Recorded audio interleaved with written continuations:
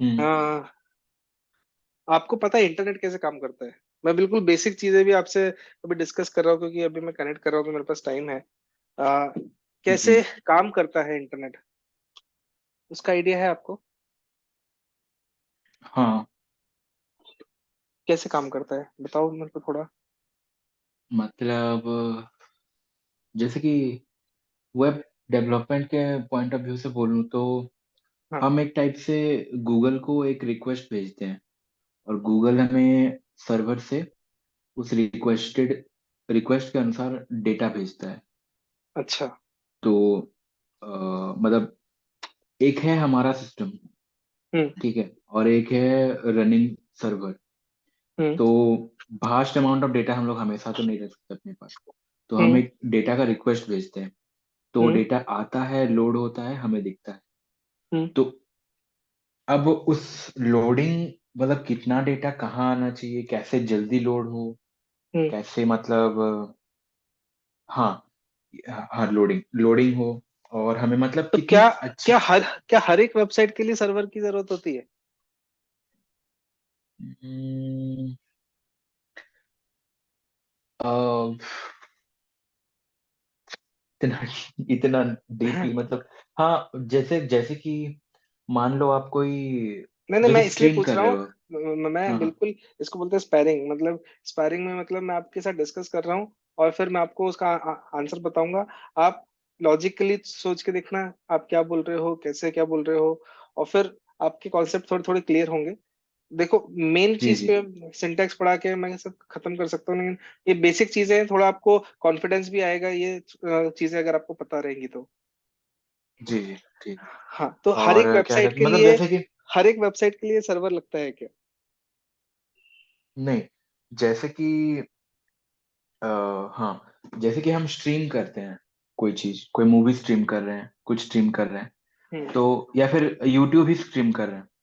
तो अच्छा। YouTube data को पैकेजेस के वे में वो ऑलरेडी डाल ही दिया रहता है उसमें, तो धीरे धीरे हल्की हल्की पैकेजेस आते रहते हैं। मान लो सडनली आपकी क्या कहते हैं, नेट गायब हो गया, हम्म। लेकिन फिर भी हमारे पास थोड़ा बैकअप रहता है उसका, थोड़ी देर चलता है और फिर बंद होता है। तो वो कुछ वो वेबसाइट्स हैं जो वो कैसे होता है लेकिन? अ, मतलब जैसे कि डेटा का, मतलब जैसे मैंने कहा कि उसमें पहले से ही कुछ कंटेंट लोड होके आता है, डेटा पैकेज, मतलब डेटा के पैकेज हाँ, के लेकिन वो वे में, कहीं जैसे से कि तो आ ही रहा है, कहीं से तो आ ही रहा है ना वो। हाँ, वो कहाँ से आ रहा है हाँ, फिर? अगर सर्वर से नहीं आ रहा तो कहाँ से आ रहा है? जैसे कि हम्म, अच्छा, सर्वर, जो वो भी आ रहा हमारे है। डेटा मतलब हाँ, हम्म, जो भी आ रहा है वो हाँ, कहीं कहीं कहीं से जो तो आ हमारा ही रहा होगा। लोकल, हाँ, हाँ, तो कैसे से मतलब जो उनका डोमेन होगा, जैसे कि मान लीजिए नेटफ्लिक्स है, तो हाँ। नेटफ्लिक्स के सर्वर में जितना डेटा है और हमने हम्म। जितना रिक्वेस्ट किया है, हम्म। तो मान लो सीन की अगली 5 सेकंड या फिर 5 मिनट की जो डेटा है, हम्म। वो मान लो रेजोल्यूशन के साथ या फिर हम्म। पर्टिकुलर, मतलब रेजोल्यूशन, और हम्म। क्या कहते हैं, मतलब आगे का थोड़ा कंटेंट हमारे लोकल सर्वर पे पहले से ही हम्म। स्टोर्ड है। हम्म। तो बाय चांस अगर नेट कट भी रहा है, तो उस 5 मिनट का डेटा हमारे पास ऑलरेडी पहुंच गया है, नहीं, बशर्ते हम पूरा। आपके पास कौन सा लोकल सर्वर होता है? इंटरनेट के अंदर लोकल सर्वर क्या है? मतलब अगर मैं एक यूजर हूँ जो मैं अपना मोबाइल यूज हम्म। करता हूँ, तो मेरे मोबाइल पे हाँ, सर्वर है, इसका मतलब ऐसा बोल रहे हो आप? नहीं, मतलब जो ब्राउजर है, ब्राउजर का हाँ। अपना एक लोकल स्टोरेज होता है, हाँ, मतलब वो ब्राउजर का लोकल स्टोरेज होता है, वो सर्वर नहीं होता है। हम्म, तो हाँ, सर्वर अच्छा, चीज जब भी आप बोलोगे ना किसी को भी, सर्वर का हाँ, मतलब होता है कि जहाँ पे आपका डेटा स्टोर्ड है, जहाँ पे आपकी वेबसाइट स्टोर है, जहाँ से आप डेटा फेच करके लेके आ रहे हो। तो there are two things hmm, in web जो आपको बिल्कुल क्लियर होनी ठीक, चाहिए। ये है एक चीज, इसको बोलते हैं क्लाइंट। ठीक है? ये हो आप, जी, मैं, पूरी दुनिया जो भी हम्म, यूज करते हैं अपन इसके अंदर। ये आप हो जो अपना मोबाइल यूज कर रहे हो, मोबाइल के अंदर कोई वेबसाइट देख रहे हो, तो वो जो मोबाइल हो गया उसको अपन क्लाइंट बोलेंगे। अगर आप एक लैपटॉप के ऊपर कुछ कर रहे हो या डेस्कटॉप के ऊपर कुछ कर रहे हो, तो ये डेस्कटॉप के हम्म, ऊपर जो भी अगर आपने वेबसाइट खोली हुई है, तो ये जो डेस्कटॉप है, इस डेस्कटॉप को आप बोलोगे क्लाइंट हो गया। इस तरीके से कोई भी चीज जो हम यूज कर रहे हैं वेब ऐप को खोलने के लिए, वेबसाइट को खोलने के लिए, वो सब चीजें आ गई क्लाइंट। और सर्वर क्या हो गया? सर्वर आपकी वो चीज हो गई जहां से इंफॉर्मेशन आ रही है, और वो इंफॉर्मेशन आपको यहाँ पे दिख रही है क्लाइंट पे। ठीक है। सो जी। अगर आपके पास एक कोई भी वेबसाइट है, अगर www वेबसाइट है डॉट, आपका नाम शाश्वत है ना, शाश्वत या। डॉट कॉम, आपने एक ये वेबसाइट बना ली जो आपका रेज्यूमे है इसमें, ठीक है। हम्म। अगर ये वेबसाइट के लिए आपको बहुत बड़े बैकएंड की जरूरत नहीं भी है, अगर ये, तो अभी फर्स्ट ऑफ ऑल मैं और क्लैरिफाई करने के पहले आपको एक चीज बताता हूँ। अभी किसी भी वेब ऐप के अंदर या कोई भी अपनी वेबसाइट है, कुछ भी है, उसके अंदर हम्म। एक होता है फ्रंट एंड हम्म। और एक होता है बैक एंड, राइट? या। क्या हर एक वेबसाइट के अंदर फ्रंट एंड बैक एंड दोनों होते हैं? इज इट पॉसिबल कि मेरे हम्म। मेरे वेबसाइट में सिर्फ फ्रंट एंड ही हो, बैक एंड है ही नहीं? मेरे वेबसाइट में सिर्फ फ्रंट एंड कोड है, बैक एंड है ही नहीं। Is it possible? नहीं। नहीं। तो it is possible actually. This is also possible. आपकी जो नेटफ्लिक्स टाइप की जो वेबसाइट है, हाँ। वहां पे इतना सारा डेटा पड़ा है, इतनी सारी मूवीज पड़ी है कि आपको एक सर्वर के ऊपर एक बैकएंड कोड अलग से चल रहा होगा, जो आपका बैकएंड से वो डेटा फैच कर करके लाके उसको फ्रंट एंड में देगा, जो डायनेमिक वेबसाइट है। अब अगर आप मानो कि आपका HTML एक सिंगल फाइल है आपकी index.html, उसी के हाँ। अंदर आपने पूरा का पूरा अपना रेज्यूमे लिख दिया, और ये सिंगल हम्म। वेबसाइट आपने होस्ट कर रखी है सर्वर के ऊपर। अब do not confuse backend with server. ये जो है फ्रंट एंड का कोड, ये भी सर्वर पे होस्ट होगा। ये जो हम्म। फ्रंट एंड का कोड है, ये भी आपका सर्वर पे ही होस्ट होगा। आपके क्लाइंट के ऊपर कहीं से नहीं आया। आपके क्लाइंट ने तो सिर्फ एक एड्रेस दिया है www.saswat.com। वो saswat.com, हम्म। उसने इंटरनेट पे ढूंढा कौन से सर्वर पे पड़ी है वेबसाइट, उस सर्वर पे जाके देखा, उस सर्वर पे जाके वो देखेगा कि यार ये saswat.com के अंदर तो सिर्फ फ्रंट एंड ही है, बैक एंड है ही नहीं। तो वो सिर्फ फ्रंट एंड वाली हम्म। जितनी फाइलें होंगी ना, index.html, हम्म। फिर जो भी आपकी JS वाली फाइल होंगी इसके अंदर, और जो भी आपकी CSS वाली फाइल होंगी, ये तीन फाइलें वो फैच हम्म। करके लेके आएगा आपका क्लाइंट। और आपका क्लाइंट में अब जो ब्राउजर है, ये मैं अभी आपको जो भी पढ़ा रहा हूँ ना, ये बहुत इंपॉर्टेंट है, आपको बिल्कुल क्लैरिटी से समझ में आना चाहिए। ये अगर समझ में नहीं आएगा तो आप कंफ्यूज होते रहोगे बाद में।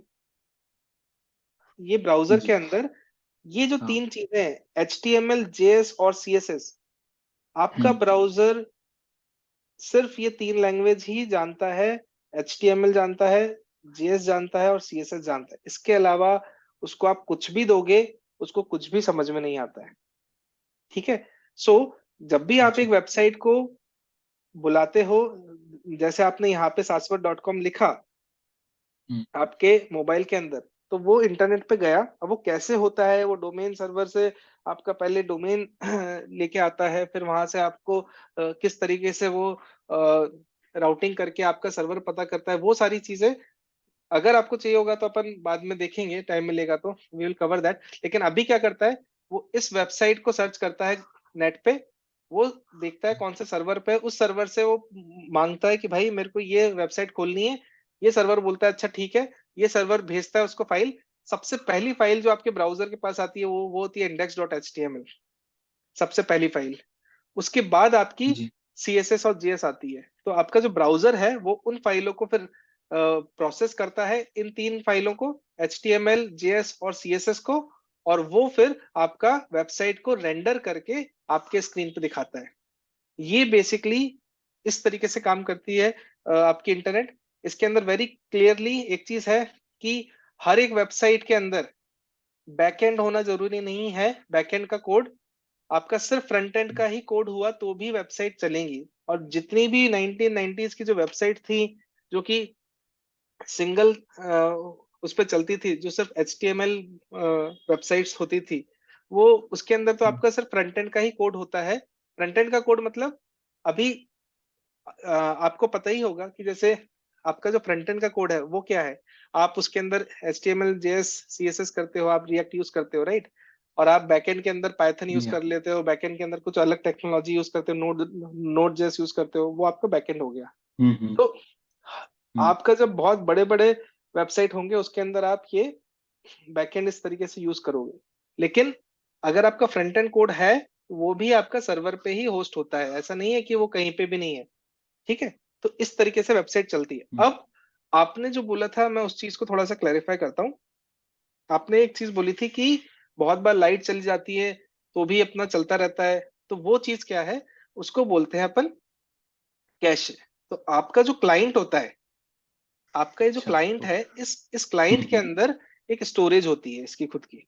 ठीक है, हम्म और हम्म सिर्फ क्लाइंट पे नहीं, नेटवर्क के अंदर भी होता है कि एरिया वाइज भी होते हैं। जैसे अगर आपने AWS यूज कर रखा है तो आप उसके अंदर भी कैशे ले सकते हो। तो उसमें क्या होता है कि और वहां पे एक और level of speed increase enhancement आ जाता है। और एक होता है आपके मोबाइल के ऊपर, अगर एक बार वो लोड हो गई है तो उसको भी आप अगर आपकी लाइट चली गई और अगर आपने वो वेबसाइट डाली है, तो सबसे पहले वो देखता है कि आपके उसके पास कैश में पड़ी है क्या, वो वेबसाइट पड़ी है तो वो फटाक से लोड कर देगा।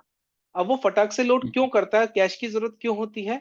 क्योंकि ये जो डिस्टेंस होता है, ये जो सर्वर अगर आपका मान लो यूएस में है, आप इंडिया में हो, हम्म हम्म तो आपका कितना ज्यादा डिस्टेंस है पता है? अभी आपको शायद पता नहीं हो, लेकिन जो डिस्टेंस है ना, आप इसको इस तरीके से मानो कि आप किसी को आवाज दे रहे हो।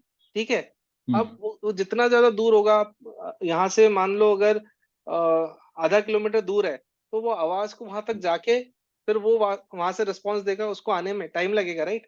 सो या इंडिया से यूएस तक का अगर वो है, और वो सर्वर यहाँ से उसको सर्वर को पिंग करेंगे अपन, सर्वर रिस्पॉन्स करेगा और फिर आपको डेटा दिखेगा, तो उसमें कुछ सेकंड्स का टाइम लग सकता है। वो टाइम ना लगे और यूजर को यूजर एक्सपीरियंस बहुत अच्छा हो और उसको ऐसा लगे कि यार मैंने क्लिक किया और वैसे ही खुल गई वेबसाइट, उसके लिए ये जो कैशे है, वहां से आपका ब्राउजर उसको फैच करके यहाँ पे दिखा देगा वेबसाइट को। अब इसके अंदर भी बहुत सारी सेटिंग्स होती हैं जो आप कैश में कर सकते हो।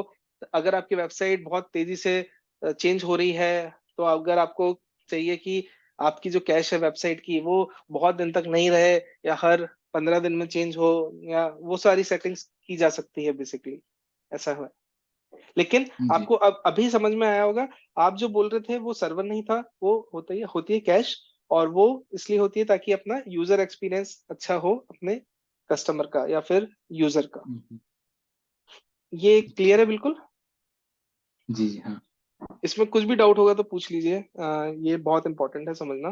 अ, या जैसे जैसे आपने कहा बिना मतलब जो फ्रंट एंड पार्ट बिना मतलब बैक एंड ना होते हुए भी सिर्फ फ्रंट एंड में कोई वेबसाइट चल सकती है।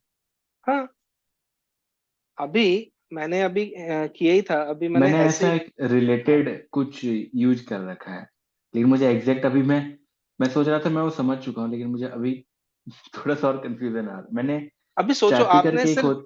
सिर्फ आपने जी जी HTML के अंदर एक वेबसाइट बना दी। मैं तो बोल रहा हूँ अभी मैं आपके हाँ। सामने एक कुछ बनाता हूँ, ठीक? एक सेकेंड, अभी मानो मेरे कोई, या तो कोड ओपन करता हूँ मैं, एक सेकेंड।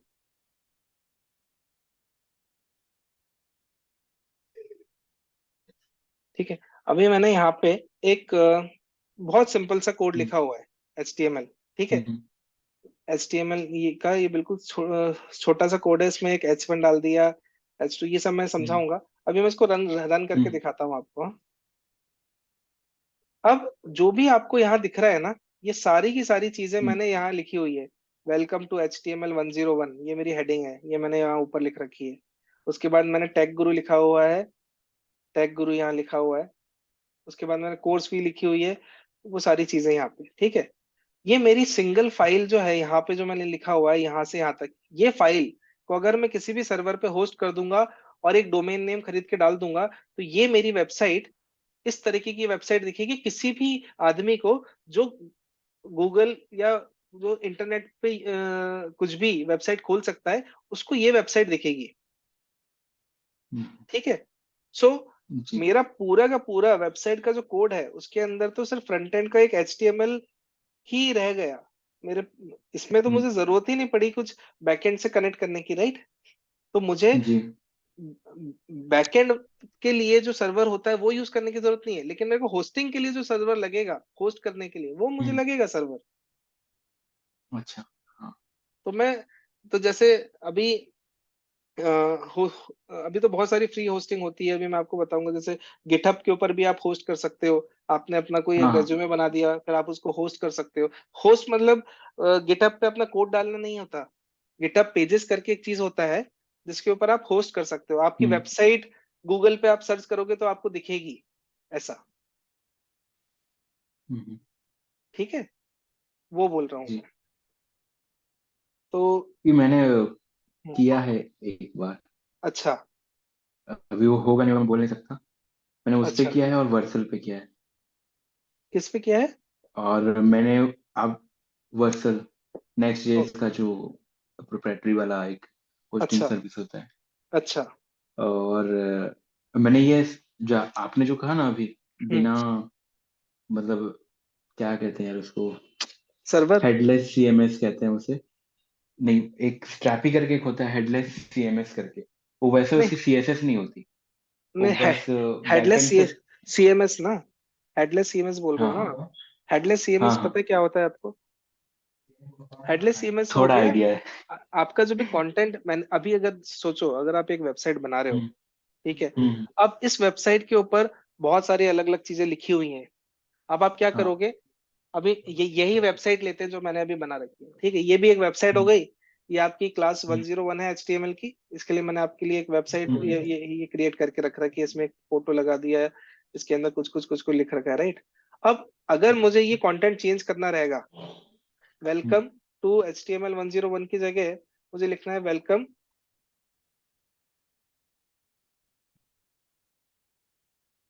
वेलकम शाश्वत टू HTML 101। आपकी स्पेलिंग सही है ना?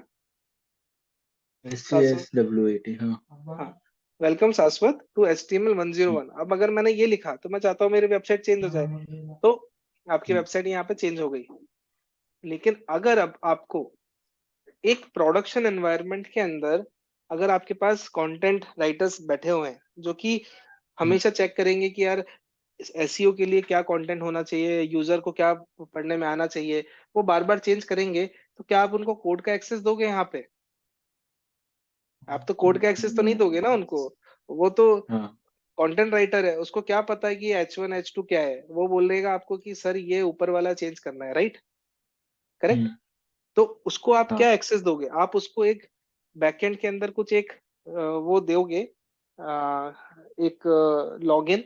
और वहां से आप बोलोगे यहाँ से लॉगिन करके भाई तू खुद से चेंज कर दे। अभी ऐसा नहीं करेंगे हम कि तू यहाँ से बताए, फिर एक कोडर बैठ के इतना इतना ये ऐसा चेंज करते रह रहे, राइट। तो उस चीज को बोलते हैं हम्म कंटेंट मैनेजमेंट सिस्टम। सो एक बैकएंड होगा, उस बैकएंड के ऊपर जाके वो ये वाली चीज को जो मैंने अभी यहाँ पे कोड में चेंज करी है, वो कंटेंट हम्म मैनेजमेंट सिस्टम में चेंज करेगा। और वो आपका जो कोड है वो उस कंटेंट मैनेजमेंट सिस्टम से पूरा का पूरा कंटेंट उठा के अपने आप शो करेगा। तो आजकल कैसा है ना, वर्ड प्रेस के ही बहुत सारे हेडलेस CMS आते हैं। गुटनबर्ग अच्छा एक बहुत अच्छा CMS है, हेडलेस हम्म CMS है। तो लोग हम्म क्या करते हैं, अगर आपको वेबसाइट पे आर्टिकल लिखने हैं तो वो उन हम्म आर्टिकल के लिए भी हेडलेस CMS यूज करते हैं। आपके जो कंटेंट राइटर हैं वो कंटेंट राइटर वहां पे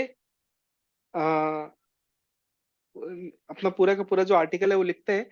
आप वहां से उस पूरी चीज को उठा के अपना CSS उसके ऊपर लगा के फिर वेबसाइट पे दिखा देते हो। तो आपको पूरा का पूरा वो जो बैकएंड था, जो कंटेंट मैनेजमेंट सिस्टम था, वो आप खुद से डेवलप नहीं करते इस चक्कर में। समझ रहे हो? नहीं तो अगर आप अच्छा वो भी हाँ हाँ हर बार अपने लिए खुद से डेवलप करोगे तो आपको अच्छा हम्म खासा कॉस्ट आ जाएगा, राइट। और उसके अंदर ऑलरेडी हम्म वर्ड प्रेस ने बना के दिया हुआ है, तो वो काफी इजी होता है। तो वो शायद एपीआईज के फॉर्म में करेक्ट, भेजता है आई थिंक।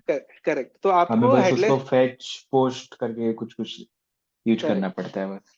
यस अच्छा अच्छा यस। तो हेडलेस CMS क्या करता है, वर्डप्रेस आपको, जैसे ग्लूटनबर्ग हो गया, उस पर आपने अपनी हम्म जो भी वेबसाइट है वो अगर आपने ग्लूटनबर्ग के अंदर आप होस्ट कर लो उसको, और फिर वो आपको एपीआईज देता है।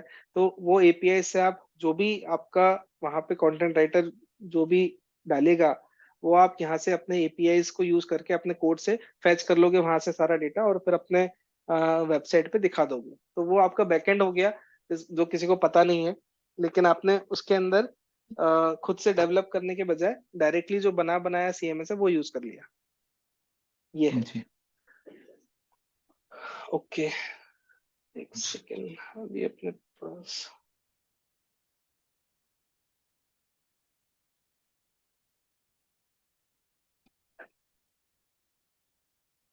ओके,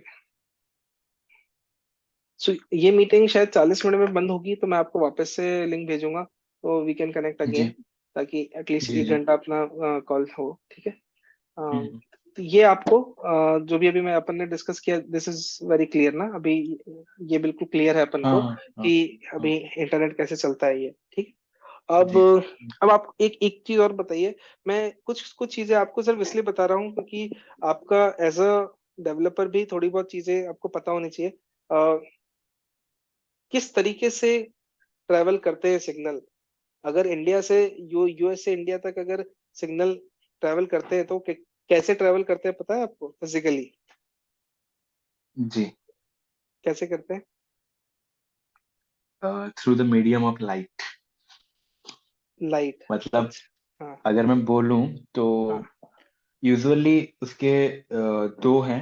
एक है हाँ। सैटेलाइट और दूसरा है अंडर सी, क्या कहते हैं यार उसको, अंडर सी इंटरकॉन्टिनेंटल हम्म लाइंस कहते हैं आई थिंक उनसे। जो हम्म। फाइबर ऑप्टिक जो केबल होती है बेसिकली। तो करेक्ट। एक सर जो, जैसे आपने क्लाइंट साइड और सर्वर साइड, मैं हाँ नाम भूल गया था एक्चुअली।